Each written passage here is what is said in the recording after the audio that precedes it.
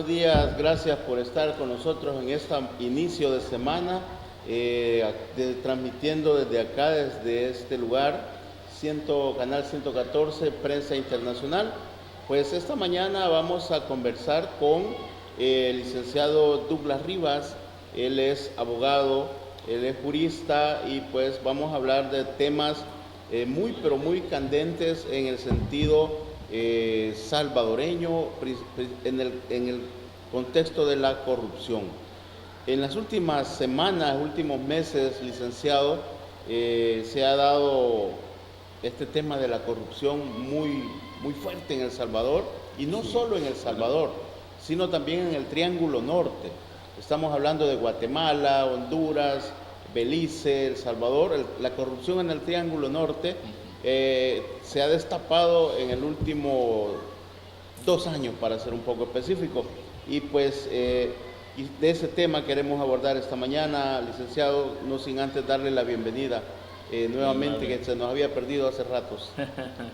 Buenos días, audiencia, dándole gracias al Creador por este nuevo día que nos regala, y al canal 77 también por hacerme esa especial invitación.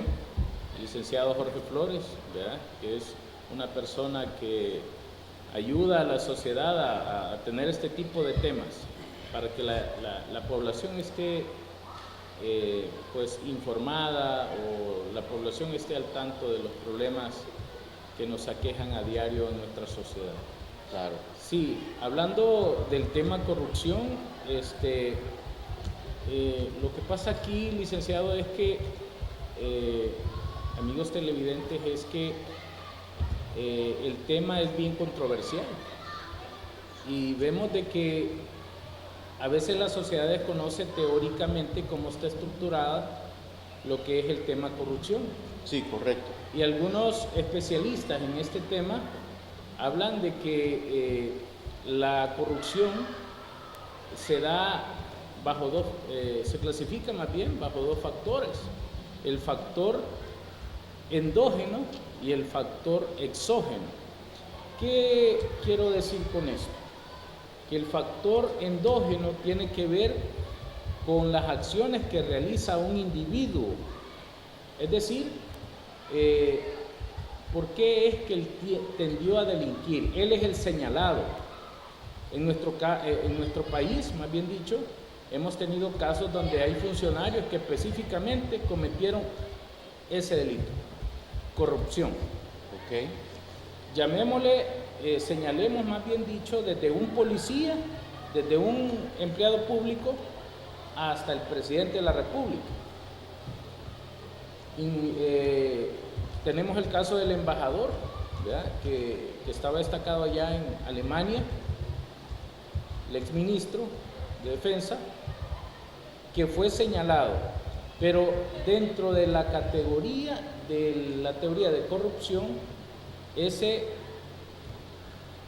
habría que explicar por qué razones él delinquió: por su carencia de conciencia social, por su falta de educación, por su ignorancia, por su baja autoestima.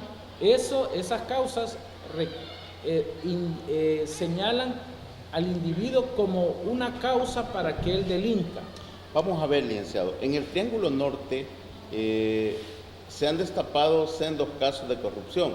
Le pongo el ejemplo: la red ahí en Nicaragua, perdón, en Guatemala, me parece que sí se llamaba, donde apareció el presidente Otto Pérez involucrado, la vicepresidenta, que ambos están presos, más otros funcionarios por ahí. En Honduras, de igual manera. Belice se habla poco por la distancia y porque allá es un poquito diferente la sociedad, pero igual, por estar cerca de nosotros, de la zona, algo le cae a Belice. Pero claro, el Triángulo Norte, los políticos en el Triángulo Norte han hecho de la suya. ¿Será que todos tienen bajo autoestima los políticos de este Triángulo Norte? Bueno, o son pícaros, por decirlo así, en buen idioma español latinoamericano. Sí, dentro de la teoría de un factor, más bien dicho, que que se le atribuya a un individuo para poder cometer actos de corrupción Sí. es un paradigma distorsionado y negativo. ¿Qué quiere decir? Que ellos tienen pensamientos comunistas, hay unos, ¿verdad? Y tienden a delinquir, y hay otros que tienen pensamientos materialistas. Casi que estamos muy cercanos a los casos aquí sonados en Centroamérica, porque si usted ve, más bien si todos observan en el ámbito internacional, hay muchos funcionarios públicos, desde presidentes hasta empleados públicos de segunda, que se han visto involucrados precisamente por tener estos paradigmas o pensamientos de izquierda. O sea, si usted ve, algunos izquierdistas están cometiendo siempre actos de corrupción, igual que la derecha. Ese es un paradigma de pensamiento ideológico. O sea, porque yo soy izquierdista, vamos a cometer actos de corrupción. O porque yo soy derechista, voy a cometer actos de corrupción para defender mi partido, para defender mi ideología, para defender los intereses de un partido. Ese es una causa y un efecto del factor endógeno para cometer, o que lleva al individuo a cometer actos de corrupción. Ahora bien, los actos de corrupción que estamos viendo actualmente dentro de la teoría de la corrupción más bien han sido exógenos, porque han atacado totalmente a un sistema, desde el órgano ejecutivo, órgano judicial y órgano legislativo.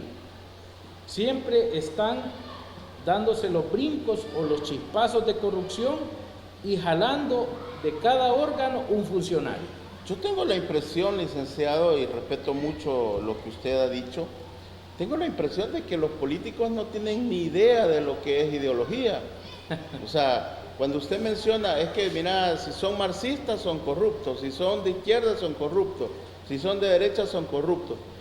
Yo creería que muchos de los que dirigen los países en el Triángulo Norte no tienen ni idea de lo que significa ser cada una de esas teorías ideológicamente hablando, porque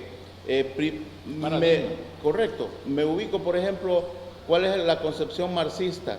Pues si Marx ataca directamente al régimen de corrupción en su teoría, o sea, un marxista no podría estar haciendo actos de corrupción a partir de la propia disciplina del comunismo, ¿no? O sea, es más, en los países donde algo se hizo del régimen socialista, el que hacía corrupción iba al paredón. Le pongo el ejemplo, Cuba. En Cuba fusilaron y seguirán fusilando al que haga actos de corrupción. Igual en la Unión Soviética, ex Unión Soviética. Después de la caída del muro de Berlín, por ejemplo, hubo muchos rusos que se saquearon el país. Muchos están presos, muchos fueron eliminados del mapa. O sea, en la derecha lo mismo, hay gente de derecha muy buena, muy honesta, pero también siento que la parte ideológica como que no es, siento que va más allá, como en la parte antropológica. Correcto. Licenciado, ¿en qué vivimos? ¿Qué es lo que vemos? Lo que pasa es que no, lo que pasa que déjeme aclararle. Sí. Ese es solamente una causa. Estoy explicando la parte de que hay causas internas, hay causas externas, sí, que tienden al individuo a delinquir o a pensar de esa manera, a apropiarse de los bienes del Estado, a andar cometiendo cohechos activos, ¿verdad? Ofreciéndole dinero para que le hagan un favor o para obtener un beneficio propio o de un grupo. Entonces, cuando se obtiene el beneficio propio, es decir, cuando es solamente un individuo el involucrado en la corrupción, esa es una causa endógena. Hay causas endógenas que habría que explicar por qué lo cometió. Sí. Vuelvo a repetir, por falta de valores humanistas, por carencia de una conciencia social, por falta de educación, desconocimiento legal. Todas esas son causas de baja autoestima también. Sí. Y las causas exógenas son aquellas que dependen de la sociedad, por ejemplo, la impunidad de los actos de corrupción, que es lo que ha suscitado aquí a nivel centroamericano. Por ejemplo, si usted ve en Estados Unidos observamos que si hay un funcionario que comete un mínimo, ¿verdad? Oliver North, para el caso Irán Contra en los años 80. Correcto. Entonces, ese es así, llamémosle, es suficiente como para que él venga y le quiten esa inmunidad, porque generalmente ellos no tienen inmunidad en Estados Unidos, sino que van directamente a ser enjuiciados, ¿verdad? Entonces, esas son, llamémosle así, causas que tienden al sujeto a delinquir. ¿Cuáles? Sentirse protegido. Sentirse protegido, la Por impunidad alguna de ley. Correcto, la impunidad de los actos de corrupción. Por ejemplo, en el caso estábamos hablando del caso del expresidente, el finado expresidente Flores, de que se supone que él... ¿Se murió? Bueno, es una incógnita, ¿verdad? Es una incógnita que vive en muchos y que han aceptado otros, Sí. ¿verdad? Nadie lo vio. Allí hay unas certificaciones, dicen, de medicina legal, que está muerto, ¿verdad? Pero solo vieron una caja. Que eso haya sido, solo Dios lo sabe. Si él estará allá con todos los muertos o estará entre vivos escondidos. Ok, que seguiría siendo parte de la impunidad de la que usted está mencionando. Así es, que ese de es un valerse factor. de una cobertura legal, en este caso lo que usted dice, un certificado de una institución. Correcto, esa es una causa exógena. Están tratando de maquillar, de encubrir delitos, Sí. ¿verdad? Esa es una impunidad de los actos de corrupción. Otra causa exógena que tiene que ver con los que dependen de una sociedad son los modelos sociales que transmiten antivalores. Imagínense que eso hablábamos fuera de cámara, de que en la mañana le están diciendo, el Estado está enviando mensajes publicitarios de que... del buen vivir, de vivir en paz, tolerancia. Paz, tolerancia, y en la noche... Y también otras empresas lo hacen. Ajá. Correcto. Y en la noche están pasando novelas antivalores, como novelas donde se cometen delitos, ¿verdad? El Señor de los Cielos, ¿verdad? La Reina del Sur, ¿verdad? Todas esas novelas son antivalores que crean en la mente de un individuo la idea de un mundo fácil. De un modo fácil de vivir y de corromper a otros, o sea, de formas de delinquir. Entonces, ese es un antivalor, que es una causa exógena que indica de que una sociedad está mal, está enferma. Ahora, otra causa es un excesivo poder discrecional del funcionario público. Sí. La concentración de poderes y la decisión de ciertas actividades del gobierno. El soborno internacional, que allí es donde nosotros estamos viendo actualmente. Por ejemplo, está involucrado esta PDVSA, ¿verdad? Está siendo señalada que ella dio sobornos internacionales a diferentes presidentes. Odebrecht, de Brasil. ¿verdad? Y, Sí. perdón, está siendo señalada porque ella sobornó a ciertos presidentes y ellos aceptaron. ¿Para qué? La pregunta es, ¿para qué?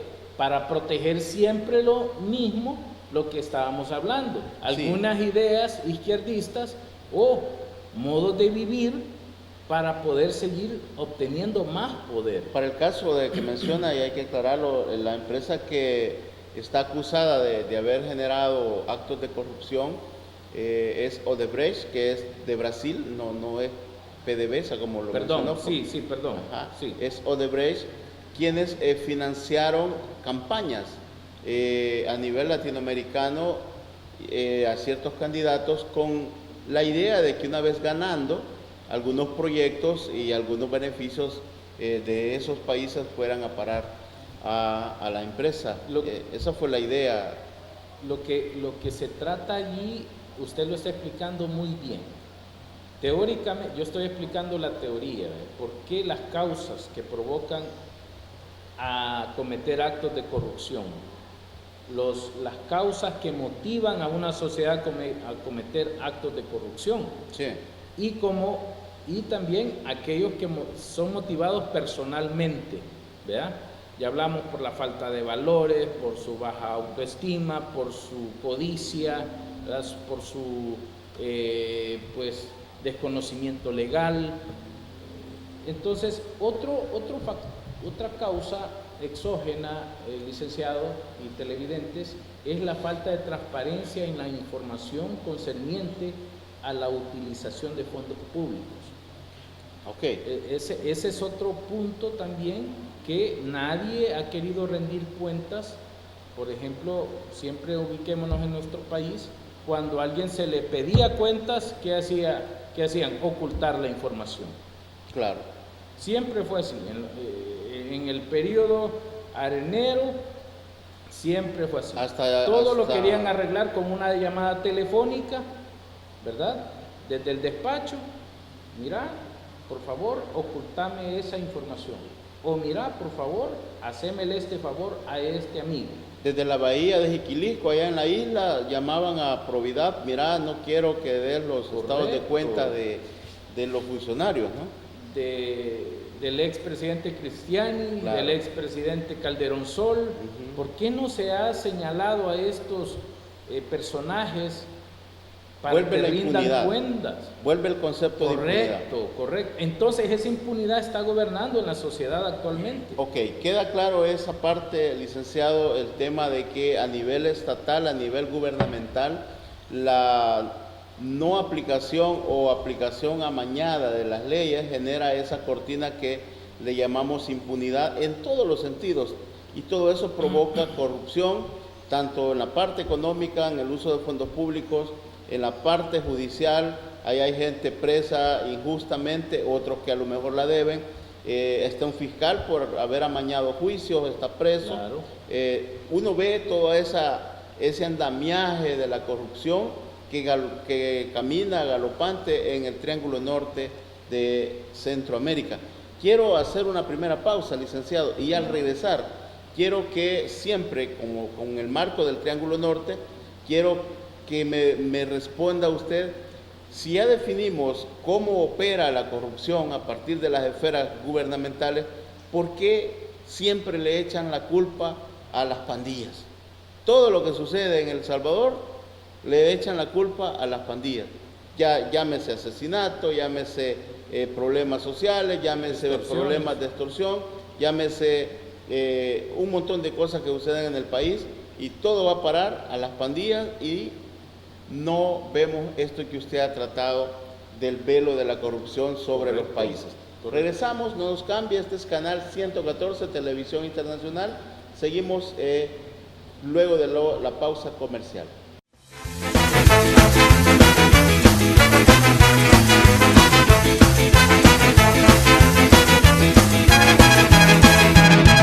Por la mañana. Gracias. Regresamos al espacio de la entrevista. Recuerde que estamos iniciando la semana y esperemos que todo salga bien en lo que resta de la misma. Licenciado, la corrupción es parte de la vida cotidiana de los estamentos públicos. Pareciera ser, lo voy a decir así, pareciera ser que son los estados quienes de alguna manera promueven y de alguna manera también justifican los actos de corrupción a través de la aplicación o no aplicación de las leyes. En ese contexto, en el Triángulo Norte, sabemos que hay presencia de grupos delincuenciales como son las maras, la MS, la Barrio 18, y para serle específico, en El Salvador, todo lo malo que ocurre se lo echan a las pandillas, como que si, no es que uno defienda a las pandillas, ellos hacen sus cosas negativas, pero muchas de las cosas no las hacen ellos. Claro. Ajá. Sí, quizás en el marco teórico, Sí, dentro de las causas exógenas, podemos clasificar esa problemática en donde el Estado, llamémosle así, se está queriendo lavar las manos, ¿verdad?, con el fenómeno de las pandillas. Sería quizás clasificado como una causa exógena la extrema complejidad del sistema y de la problemática. Sí. Porque si nosotros vemos ahora los modos de delinquir, pues el delincuente está haciendo uso de todas las herramientas tecnológicas, herramientas como, pues, desde llamémosle sobornar a un funcionario público para que le preste, incluso poner a su servicio de la pandilla o del delincuente, ¿verdad?, el uso de los bienes públicos. Ahora, esa causa teóricamente la clasificaríamos como una extrema complejidad que está viviendo el sistema, sí, en todos los ámbitos, un sistema internacional. Porque ahora incluso hay una ley especial sobre la ley de trata de personas, fíjese. Entonces, y esa ley de trata de personas, en sus 12 modalidades de cometer delincuencia, fíjese. O sea, la población tiene que estar bien enterada que esta ley tiene 12 modalidades para delinquir. Una modalidad, por ejemplo, de trata de persona directa. Aquellos que se encargan, coyotes que se encargan de llevar personas, sí, incluso entregarlos a organizaciones criminales internacionales como los Zetas, los famosos Zetas y otras organizaciones o grupos de exterminio, el tráfico de órganos, el trabajo o la esclavitud, laboral que existe también aquí. Entonces, ahora, muchos de esos crímenes no son hechos por los grupos llamados pandillas en el Triángulo Norte. Le pongo un ejemplo. De repente aparecen cadáveres en la carretera que no tienen órganos. Correcto. Que le faltan sus vísceras, y uno dice, bueno, ¿y que acaso ya los pandilleros hicieron cirujanos y todo eso? O simulan de que le quitan llamémosle así, le quitan sus extremidades, ¿verdad? Sí. Sus manos, sus pies, pero el tórax no está. Sí. ¿Verdad? El tórax nunca está. O sea, solo hayan los pies, las manos y la cabeza. Y entonces ahí ya hay aparte que es un homicidio, y ahí hay un acto de corrupción en el sentido de que hay delito de trata de personas o tráfico de órganos. Exacto. Entonces, ¿quién protege eso? Ahí entra el tema, ¿no? Sí, en nuestro país, por ejemplo, la población tiene que estar informada de que existe esta ley que está protegiendo. Es una ley nueva, llamémosle así, es un embrión que se está desarrollando. Incluso en el sistema judicial se están dando capacitaciones a fiscales, a jueces, a colaboradores judiciales, para que ellos puedan pues tener ese conocimiento, enriquecer las formas de modalidades de delinquir de estos grupos. Ahora, con respecto a la pregunta en sí, puntualizada, sí, ¿por qué el gobierno o los medios le están echando culpa solo a las pandillas? Lo que pasa es que quizás por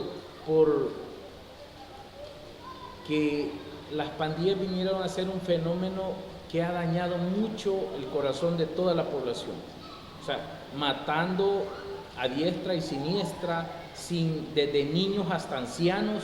Entonces, todo eso ha provocado como un repudio contra estos grupos. Ahora, y los que se le han acercado, que en este caso han sido funcionarios públicos, la gente los ve como repudio, sí, con repudio, ¿verdad? Y que les caiga el peso de la ley a los que anduvieron creando, ¿verdad? Llamémosle así, ayudándoles, sobornándolos. Una forma de soborno era de que pues se supone que les daban privilegios penitenciarios, ¿verdad? O a cambio haciéndose favores unos con otros. Acá hemos tenido en entrevista, y ahí está nuestra entrevista que le hicimos al señor Raúl Mijango, y él lo dijo ahí en ese puesto donde usted está, que el culpable de que el proceso de pacificación al que se le llamó tregua fallara fueron los partidos políticos, específicamente los dirigentes de los partidos políticos, que se metieron a andar ofreciendo cosas que posteriormente no cumplieron a cambio de votos, ¿ya? Correcto. Entonces, ¿por qué razón, o mejor dicho, será que la gente debería también abrir sus ojos y ver quién o quiénes son los que generan toda esta problemática de la corrupción? Porque si venía un proceso de paz que para bien o para mal algo funcionaba, pero vienen ellos en sus intereses personales, se meten como partidos políticos debajo de la mesa, porque claro, nadie hizo nadie bulla. sabía. Los videos aparecieron posteriormente, años después. Entonces, ¿a qué quiero llegar con esto? A que no me gusta usar esa frase, a que los que dirigen, a quienes le llaman clase política, a los que dirigen este país, le aparecen con una cara honesta, con una cara sonriente, con una cara buena, pero realmente lo que han hecho para llegar ahí no ha sido ni bueno ni honesto. Correcto. Así es. Es muy cierto lo que acaba usted de decir. Y nosotros hemos visto y se ha certificado, llamémosle así, algunas acciones de estos grupos. O sea, hay videos, hay evidencias como videos, llamadas telefónicas intervenidas, ¿verdad? Algunos grupos han manifestado en sede fiscal, ¿Sí? con criterios penales, ¿verdad? Con criterios de otorgarles beneficios penitenciarios, beneficios procesales, ¿verdad?, a estos criminales, pero no han sido ellos solamente motivados, porque ellos solamente de por sí no pueden hacer nada, sino que necesitan la mano de un funcionario para Claro. que éste les ofrezca algo. Y eso, dentro del marco teórico de las causas exógenas de las que hablábamos, que aquellas causas de corrupción que dependen de la sociedad, es que no hay eficiencia en la administración de justicia ni pública. Hay una extrema complejidad del caso que no se le da tratamiento de raíz. Es decir, de que nomás hemos venido apagando llamaradas de fuego, tapando orificios, tapando huecos, y no se le ha atacado al problema de raíz.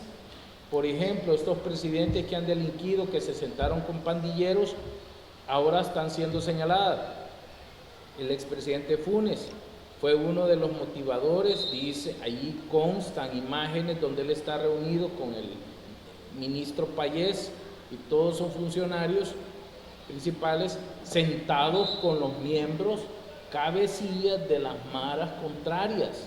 Esa es una manera de ejercer brutalmente corrupción, y por eso han sido señalados por Estados Unidos, hasta Estados Unidos, que siempre hemos dependido económicamente de ellos, han sido señalados. Entonces el fiscal ahora, sentarse con un pandillero es corrupción.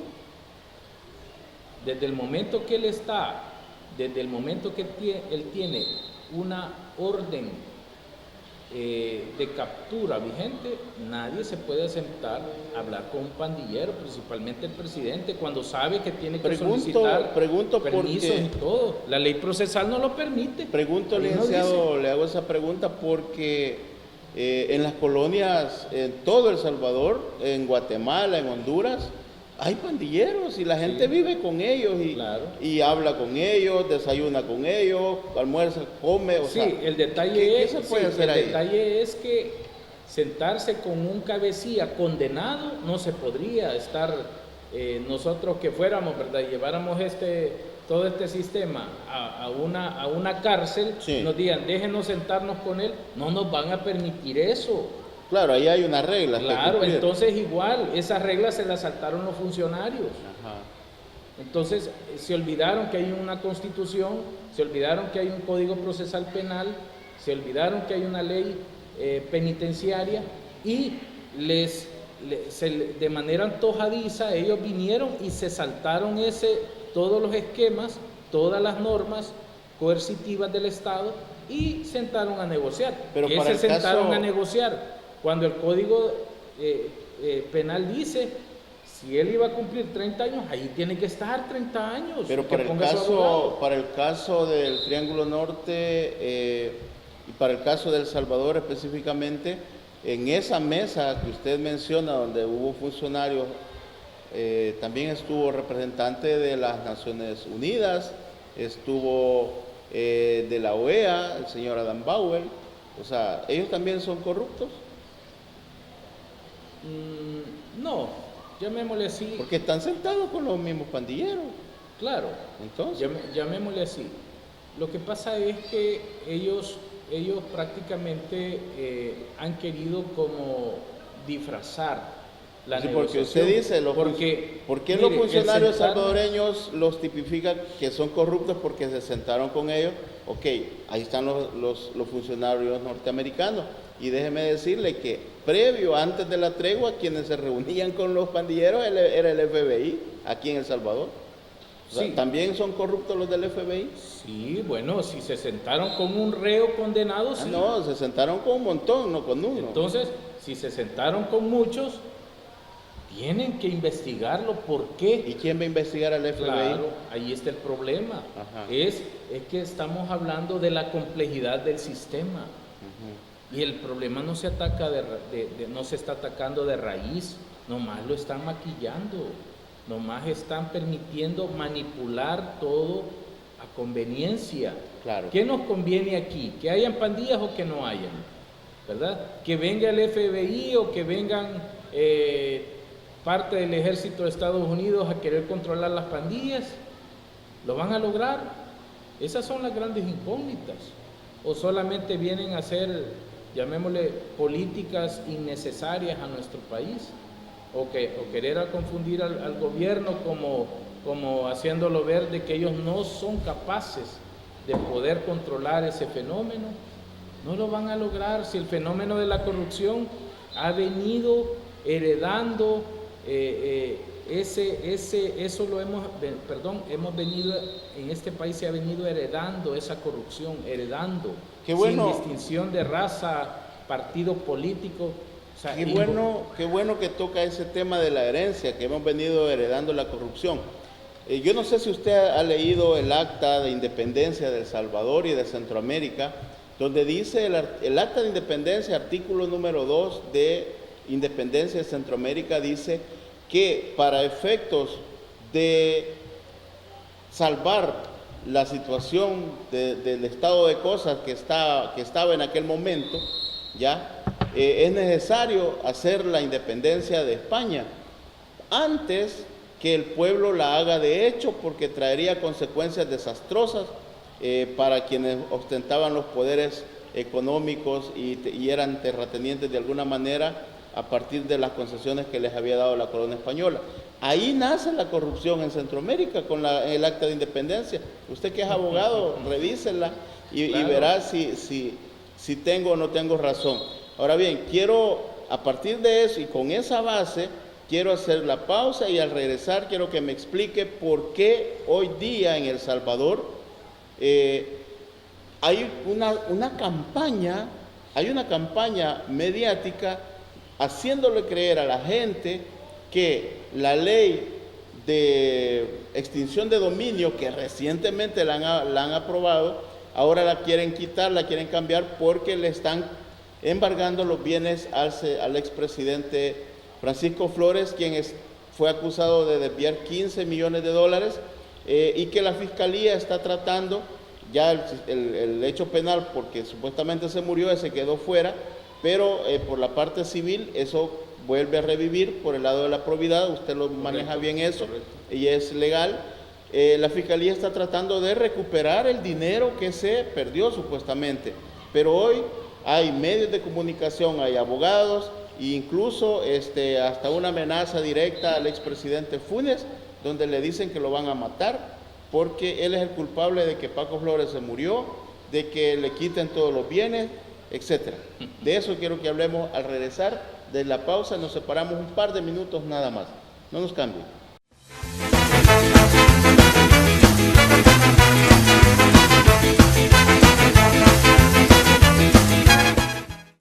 Gracias. Estamos de nuevo con ustedes. Le había dejado planteada la pregunta. ¿Por qué razón ahora que el fiscal general de la República de El Salvador ha tomado la decisión de extinguir el dominio de las propiedades del expresidente Francisco Flores, ahora aparecen voces diciendo que esa ley no va y que esas propiedades las compraron con dinero que no era de ese, etcétera? Me resulta extraña esa posición porque recientemente también le quitaron al diputado Cardosa, ¿se acuerda? Que le quitaron unas propiedades y nadie dijo nada. Entonces, ¿cómo es eso? Sí, lo que pasa es que la aplicación de esta normativa es nueva.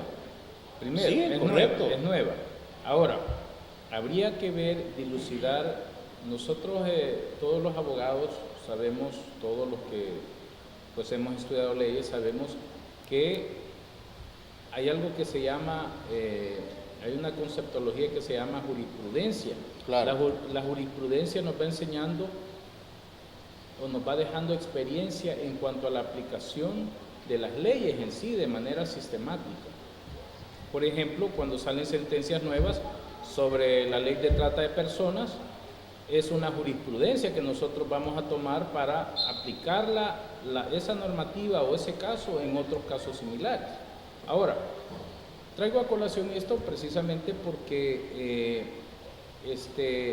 esta ley sí ha tenido tiene muchas inquietudes, muchas variantes, y que la Fiscalía está haciendo uso de ella precisamente por el fenómeno que nos ha venido atañando, ¿verdad?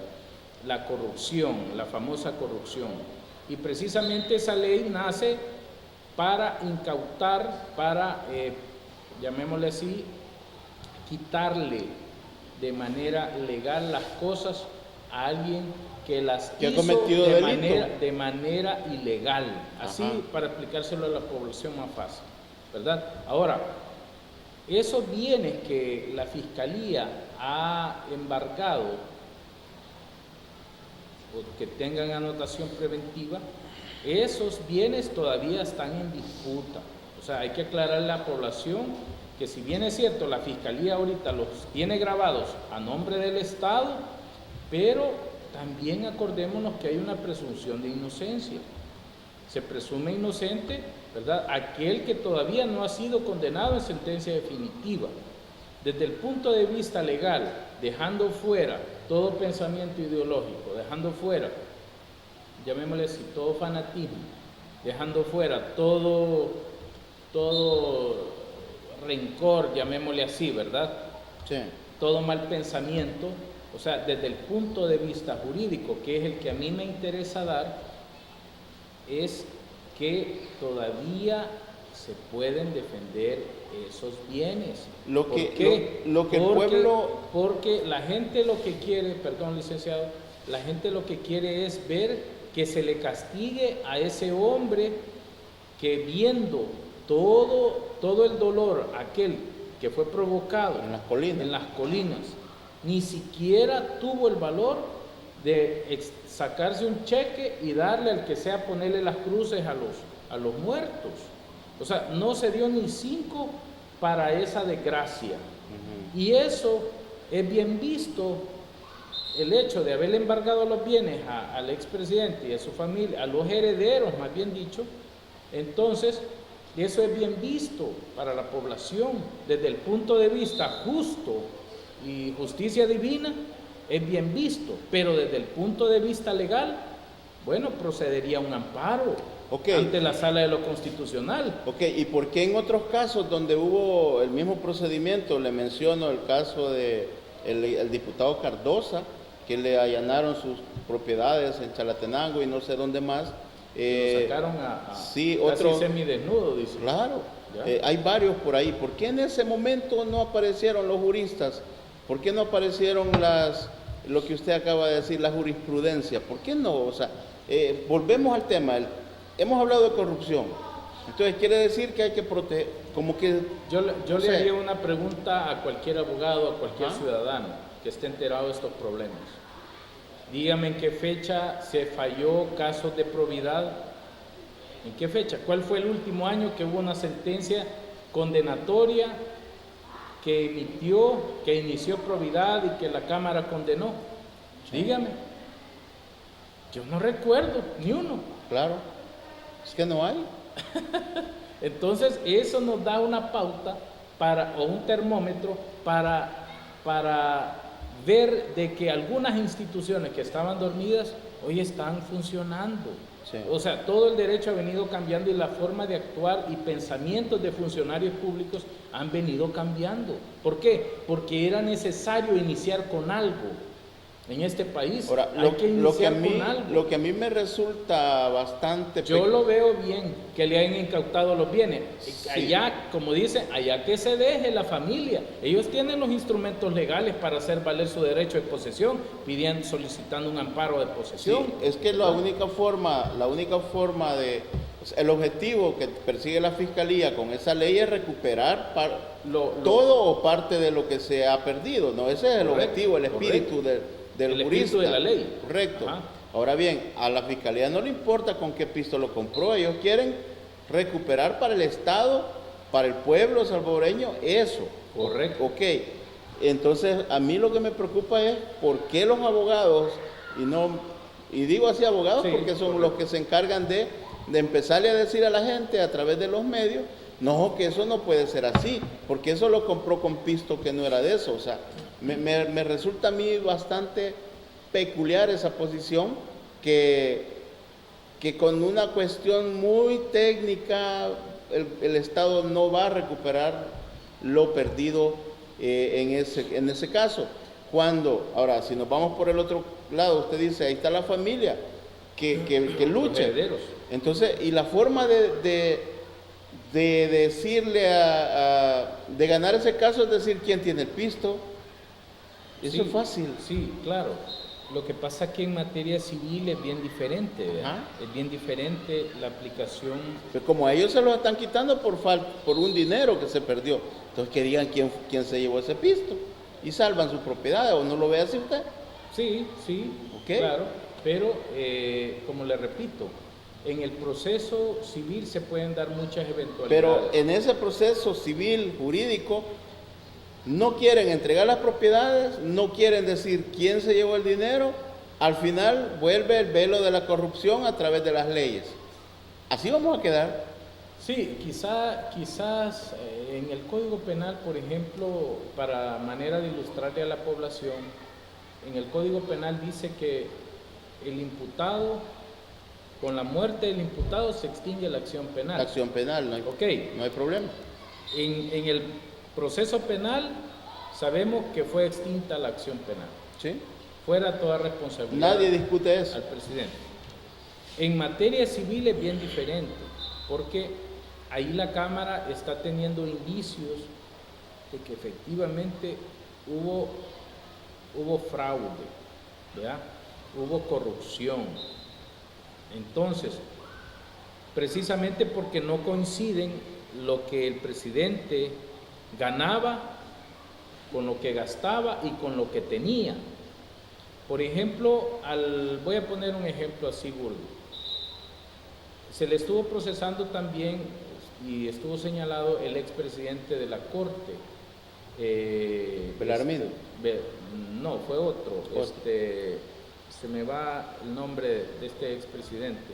Pero él explicaba a manera de ejemplo de que la Cámara le estaba diciendo que él había aumentado sus bienes en un 80%, precisamente porque en unas casas o residencias que él tenía, pero en aquel entonces cuando él logró probar que él las compró en colones hace 20, 30 años, y claro, ahora la casa, la plusvalía vale más, entonces eso le subió a él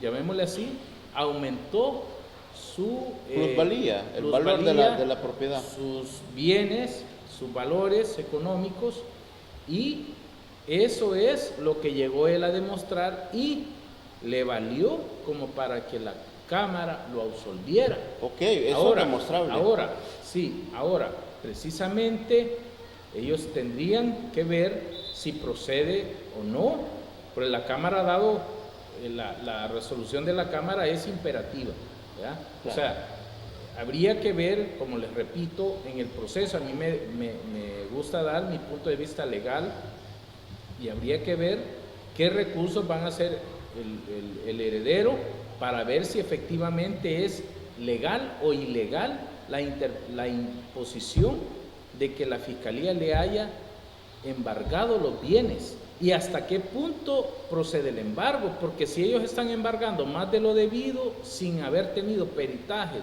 del valor de los terrenos, entonces, y que esos terrenos al estar embargados pueden ser que se estén devaluando, ¿verdad? Que el lago artificial se seque, que los animales se mueran, que si hay animales, que los árboles empiecen a secarse, etcétera, etcétera. Entonces, todo eso en el tiempo nos va a ir dando las pautas, y los litigantes que estén envueltos en este proceso van a ir dando las pautas para ver a dónde se orienta específicamente ese caso. Ahora, con respecto a que la Fiscalía hizo o no el abuso, yo creo que la Fiscalía está errando en esto. El abuso de poder es excesivo. O sea, ni en Estados Unidos se ve eso. Hasta ahorita se están viendo algún par de casos quizás. Pero el hecho de que yo esté en mi casa y me lleguen a sacar así por así, usando de medio una ley secundaria, olvidándome que hay una constitución donde se debe respetar el derecho de morada, de intimidad, ahí sí creo que la Fiscalía está errando, y la Fiscalía pasaría de acusador a ser acusada. Pero qué diferencia, ya para ir cerrando porque se nos acabó el tiempo del espacio, licenciado, pero qué diferencia hay entre esa acción de la Fiscalía que le hace a un millonario, como es el caso del presidente fallecido Flores, a la familia, con al pueblo Juan Pérez, donde llega la policía, llega un abogado y lo saca a la calle porque debe algo, no lo pagó? O sea, ¿cuál es la diferencia ahí? Bueno, la diferencia es que uno está respaldado por el sistema. Ajá.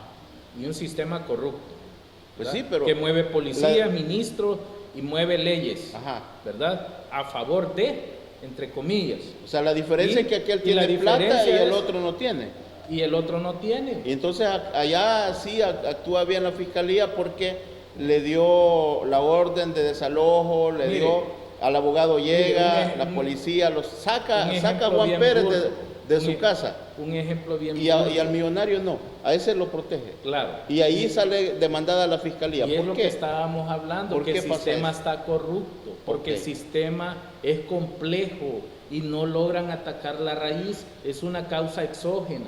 Dice, voy a repetir ya para cerrar, las causas exógenas dependen de la sociedad, entre ellas la impunidad de los actos de corrupción, los modelos sociales que transmiten antivalores, un excesivo poder discrecional del funcionario público, como el expresidente Funes, como también el ministro que vendió armas, dicen, ¿verdad? El que estaba diplomático allá en Alemania, el control, también la extrema complejidad del sistema. ¿Qué quiere decir? Lo que usted está planteando, que aquí no hay, y la falta de cultura. Aquí no hay cultura. Aquí la cultura la ven el suelo. Y los antivalores están arriba de la cultura aquí en este país. Imagínense cómo estamos de fregados. O sea, aquí la cultura se desprecia y el antivalor se valora. Ok. Todos los días en El Salvador la Fiscalía, a través de los jueces, los policías, etcétera, desalojan, le quitan los bienes a alguien en este país, a alguien pobre, que por alguna razón no pagó, qué sé yo. Yo le digo, pero con los millonarios no pueden proceder así. Y usted dice, y ahí puede salir acusada la Fiscalía. Perdónenme.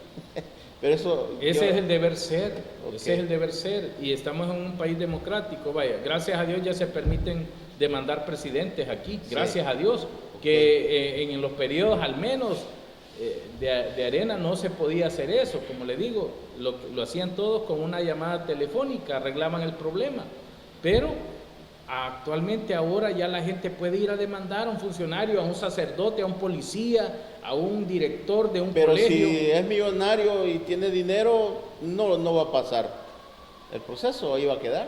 Sí, todo está en la estrategia, Ok. considero yo.